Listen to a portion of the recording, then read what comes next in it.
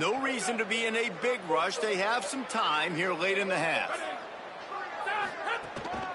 The run inside. It's Wilson. Finds just enough daylight to work his way up to the 19-yard line. How nice is it as a play caller when you've got a running back as good as this guy, right? I mean, you can just dial up conservative run calls. Nothing has to be too tricky, too fancy. You just know he's going to go make good things happen. Even when it's not blocked properly, he is still finding ways to rip off long runs. This guy now has over 150 yards rushing in the game. Doesn't look like he's slowing down, guys.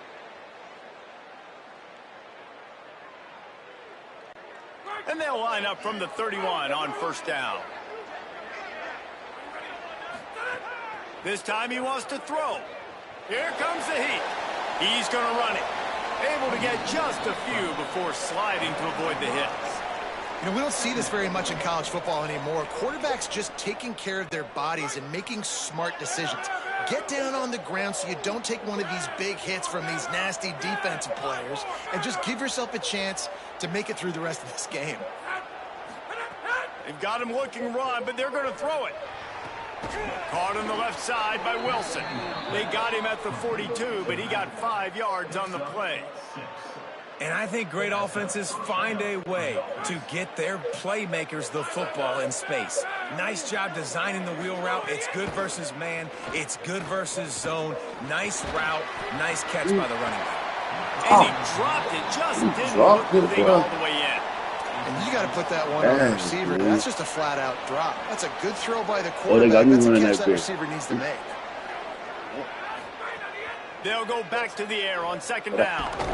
Over the middle, complete to Wilson. Nice gain on that play, but leaves it a little short of the first down. And I like a good check down as much as anybody. Survey the field, don't make a mistake. Check it down to your running back, let him do the rest. But there was 2 guys right next to him. So that was actually a little bit of a dangerous throw, but you could tell they were definitely locked in, and they were not going to let that running back catch that football and go anywhere after the catch.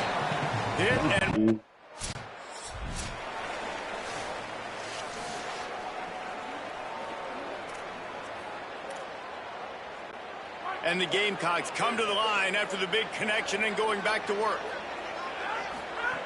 Wants to throw on first down. With the catch, it's Thurman. He'll be stopped and forced out of bounds right around the 34-yard line, and now they've got a little something brewing. Always nice to have that security blanket of the tight end. And it's nice to have a tight end that can line up in different areas of the field, too. It's not always going to be in a three-point stance. He can sometimes be in the backfield. You could flex him out into the slot. They might even try to put this guy out at wide receiver in the split end position and see what he can do there, because this guy is a weapon. Man, it's nice when you can depend on your big boys up front to make a lane, and you get 5 or 6 yards. You get 5 or 6 yards a pop. You move the ball down the field easily, and more importantly, can get this defense to be... Snagged it, and there's running room.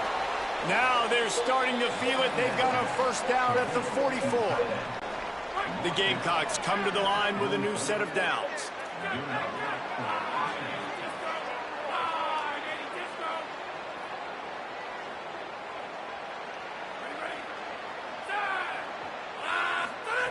Looking downfield on first down.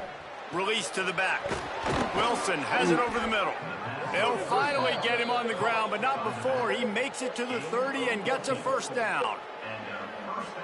And that's a nice job by this offense. They got to find a way to continue to string good plays together. They've had a few, but they haven't put 3, 4, 5, 6 together. Putting a drive like this together now. Got it! Touchdown, Gamecocks! And with that one, they jump on top here in the second half.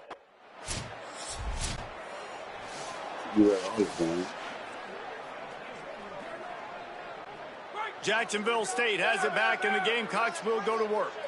Took the last drive in for a touchdown. They'll try to do it again on this one.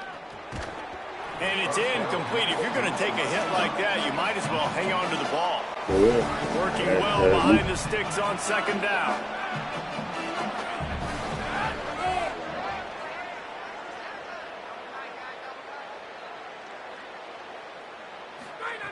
Looking to fire. Makes the grab. It's Watkins. And a good job of coverage by that defense. Just a short pickup. 3rd and 6 yards to go. From the gun, wants to pass. Short throw is complete, and he'll grab it, step out of bounds, and pick up the first down. Offense threatening at the 45-yard line on 1st and 10.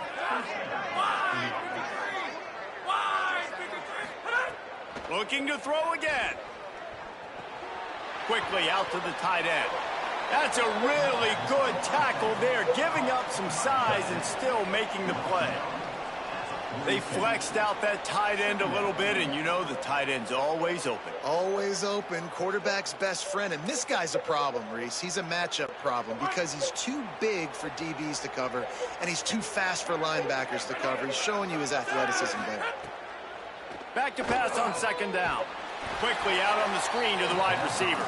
Tackled almost immediately. They're well short of the first down. The marker is at the 35, and they need to get it there to convert 3rd down. From the gun, wants to pass. They're working that left side. They'll finally get him on the ground, but not before he makes it to the 30 and gets a first down. And, man, this dude has been a weapon early in this football game. They just keep finding him. And the matchups are a problem. You want to put a linebacker on him, he's too fast for him. Continues to make catches, continues to chew up yards. You might want to think about putting a safety on him or somebody with a little bit more speed. These RPO runs, they're like body blows. I like them because it just sort of chips away at a defense. You'll take these kind of gains all game long. You keep running the football this way, you're going to keep moving the sticks. You're going to keep driving this defense back, so keep at it with the RPO game. All down, but they'll move the sticks as he picks up the first down. This shouldn't be a surprise to anybody. If you've got the lead in the 3rd quarter and you want to keep it, you got to bleed the clock. Best way to do that, run the football. And you're now seeing this offense call these run plays back to back. They are trying to be physical, and they're trying to stay on the field. Hits the slide, got the first down with his feet. You know, QBs want to make those big plays. They want to put up the big stats. But when nothing's there, sometimes you just tuck the ball, get a minimal gain. I like the slide, by the way, too. Get down and don't take a big hit. Max going for the goal line. And he breaks the play. Touchdown, Jacksonville State. Another rushing touchdown. That's now 2 on the game. This offense thought they could come into this one running the ball, being the more physical team, and they look like it right now.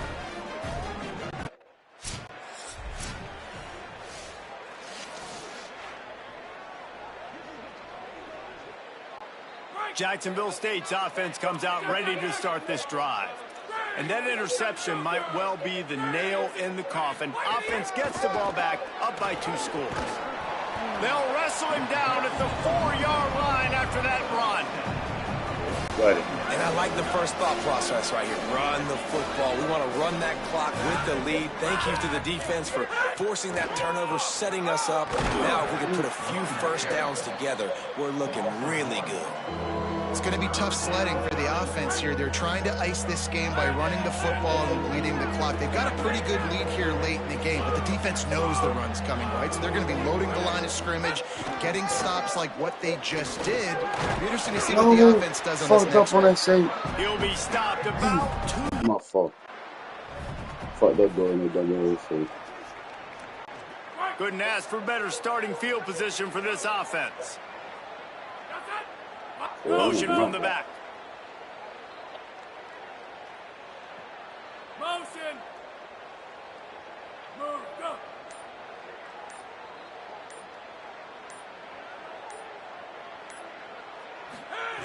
They'll come out on this drive and let it rip. Ready? Got it. Touchdown, Jacksonville State. And the punishment has been extended. That's what finishing the deal looks like. Build the lead in the 4th.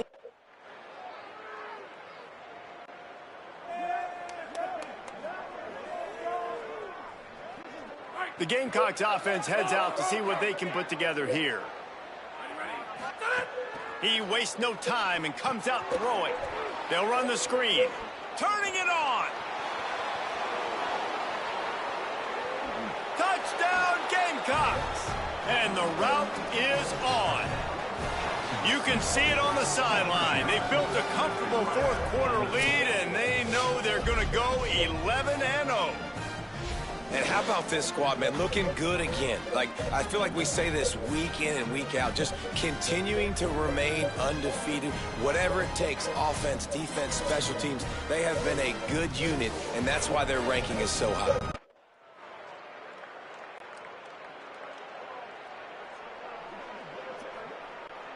And we'll see the offense make its way onto the field here, hoping for a successful drive. Keeping it on the ground inside. It's Wilson.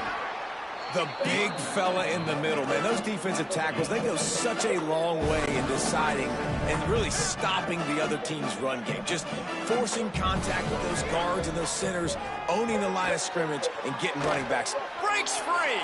He's at the touchdown, Gamecocks. And the beatdown has ensued. The mantra is always finish, and they're trying to do that here in the regular season with this Week 12 performance. There's no mercy rule in college football, man. They've got a huge lead here in the fourth quarter. They are still chucking it, and they are still scoring. It's really easy to get caught up in the emotion of a rivalry game. We did, and certainly this was a huge win. Yeah, and you started, you circled it, you were ready for this team. This is the rivalry you put a lot of stock in all offseason. You're talking about this game in particular. You go out and get the dub. It's a relief because you definitely wanted this team. And it's bragging rights for everybody, for the coaching staff, for the fans, but how about for the players as well? For another 365 days, you can talk about how you went out, you dominated, and you beat your rival. A lot of these guys are going to go on to the NFL. They'll be in locker rooms next year. They'll be talking about this for a long time. That's going to do it for us here. For David Pollack, Jesse Palmer, and Holly Rowe, I'm Reese Davis. This has been a presentation of EA Sports College Football.